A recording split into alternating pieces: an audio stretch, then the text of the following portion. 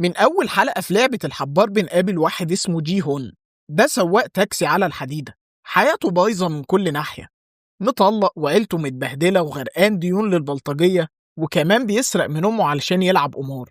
في يوم من الأيام وهو في أوحش حالاته بيقابل راجل غريب بيقوله تعالى نلعب لعبة بسيطة اسمها الدجي، واللي هيكسب هياخد فلوس. الراجل ده مش بس لعبه، ده خلاه كمان يطمع بإنه يقوله إن في ألعاب تانية بجوائز أكبر لو عايز يكسب بجد. وطبعا علشان جي هون كان مفلس ومزنوق اضطر إن هو يوافق. تاني يوم بيلاقي نفسه متخدر وصاحي جوه أوضة ضخمة مع 455 واحد لابسين ترنجات خضرة، وكل واحد واخد رقم، وكان هو رقم 456. المكان كان مليان حراس لابسين أحمر ووشوشهم متغطية، كلهم محبوسين ومضطرين إنهم يلعبوا 6 ألعاب على مدار 6 أيام، واللي هيكسب هياخد مليارات.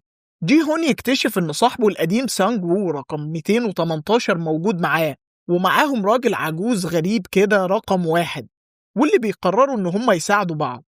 كمان بيقابل البنت النشالة اللي رقمها 67 اللي كانت سرقته قبل كده. بنيجي للمسابقة الأولى اللي تحت قيادة الفرونت مان، الراجل الغامض اللي لابس قناع أسود، وكانت اللعبة هي أحمر أخضر، اللعبة العبيطة اللي كانوا بيلعبوها وهم عيال.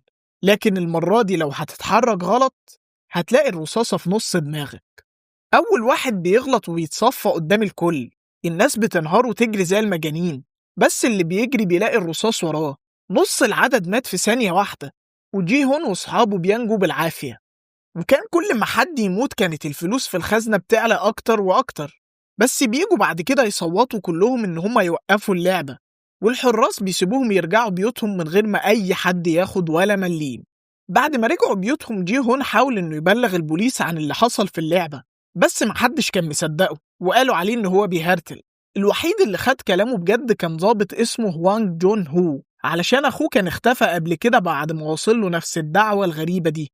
رغم إن اللعبة كانت خطر وكان كلها موت، بس أغلب اللعيبة بما فيهم جي هون قرروا إن هم يرجعوا تاني، لأن الفلوس اللي في الجايزة كانت هي الحل الوحيد لمصايب حياته. وإل نام العجوز قال إن هو عايز يموت في اللعبة أرحم من إنه يموت من المرض اللي واكله. وساي بيوك نفسها عايزة تنقذ أهلها وتطلعهم من كوريا الشمالية. في الناحية التانية الضابط جون هو دخل المسابقة متنكر كحارس، واكتشف إن المكان كله معمول في جزيرة معزولة، وهو بيراقب من ورا الكواليس لقى الحراس بيشيلوا أعضاء الجثث وبيبيعوها في السوق السوداء، وعرف كمان إن الألعاب دي شغالة بقالها أكتر من 30 سنة. المصيبة الأكبر أخوه اللي كان فاكره ضايع بقاله سنين، اللي هو إنهو، طلع هو نفسه كسبان قديم وبقى ماسك اللعبة. جون هو جمع تسجيلات وأدلة على كل حاجة وقرر إنه يهرب بيها، بس في آخر لحظة اتمسك على إيد الفرونت مان اللي طلع في النهاية هو أخوه إنهو. الأخ الكبير حاول يضمه ليهم علشان يشاركوا في إدارة اللعبة، لكن جون هو رفض وكان مصدوم. بس النتيجة في النهاية إن إنهو ضرب أخوه بالنار وقتله. رجعنا تاني جوه اللعبة، والمرة دي جي هون وسانج وو وإيل نام اتلموا مع ساي بيوك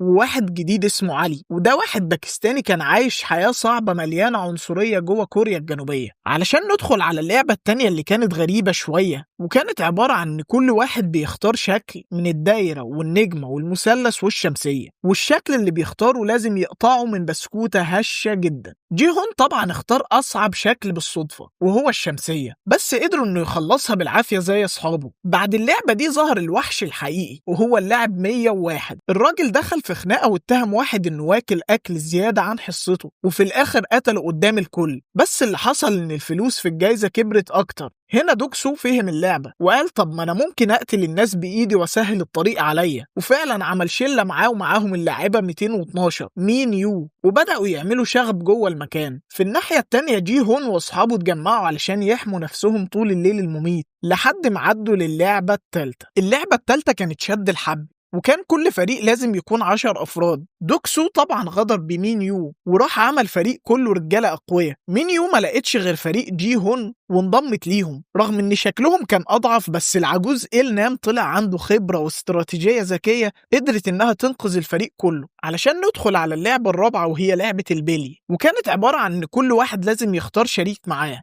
فجي هون اختار إل نام وسانج وو اختار علي، بس فجأة اتصدموا إن اللعبة ما كانتش تعاونية، ده كان كل واحد لازم يخلص على شريكه وياخد البلي بتاعه، واللي يخسر بيتقتل. ساي بيوك اتصدمت لأنها عارفة إن هي كده بتحكم على حد بالموت، وسانج وو ببرود قلب ضحك على علي وسرق منه البلي بتاعه. جي هون للأسف استغل نسيان العجوز وخد البلي بتاعه، بس في الآخر إل نام قال له أنا سيبتك تكسب علشان إحنا جامبو، واللي معناها إن هم أصحاب على الحلوة والمرة. وبعدها العجوز خرج من اللعبة، بس جي هون كان قلبه بيتقطع من الذنب. وبندخل على اللعبة الخامسة وهي الجسر الزجاجي. فاللعيبة كان لازم يعدوا على كوبري معمول من ألواح إزاز، والألواح دي ممكن تشيل وزن، وفي ألواح بتتكسر واللي بيقع خلاص هو كده ميت. كل واحد خد رقم بالترتيب علشان يعدي. ناس كتير وقعت واحد ورا التاني، ودوكسو وقف في النص ورفض ان هو يتحرك، وقال للناس عدوا انتوا الأول وعرفوني الطريق يا إما هنموت كلنا مع بعض لما الوقت يخلص. لكن مين يقول اللي كان غدر بيها قبل كده مسكته ورمت نفسها معاه، ووقعوا هما الاتنين وماتوا. الوقت بيخلص خلاص، وسانج وو من غير رحمة بيزق اللي قدامه علشان يعرف الطريق الغلط، وهو كمل على الصح وعدى. وفي الآخر اللي عاشوا كان هو وجي هون وساي بيوك بس. جي هون وقتها فهم ان صاحبه القديم سانج وو ممكن يبيع اي حد علشان ينجو بحياته، وفعلا بعد شوية سانج وو غدر وقتل ساي بيوك علشان اللعبة الأخيرة تبقى بينهم هما الاتنين، وكانت هي لعبة الحبار، ودي كانت نفس اللعبة اللي كانوا بيلعبوها وهم صغار. جي هون كسب بس ما قدرش انه يسيب صاحبه يموت، وقال له يلا نسيب الفلوس ونخرج مع بعض، لكن سانج وو رفض وانتحر بإيده علشان يسيب جي هون ياخد الفلوس. جي هون رجع بيته لقى أمه ماتت وهو غايب، بس بعد سنة بقى راجل غني قوي، لكن محطم نفسيا، مش قادر يصرف حاجة من الفلوس اللي كسبها، علشان فجأة توصل له دعوة انه يقابل إل نام اللي اتضح انه لسه عايش. الراجل كان على سرير الموت واعترف انه هو اللي أسس اللعبة دي من الأول، وكانت معمولة للهو بتاع الأغنياء اللي زهقانين من حياتهم. وعرض على جي هون رهان أخير، وقال له تفتكر ان في حد ممكن يساعد متشرد سكران في الشارع قبل نص الليل؟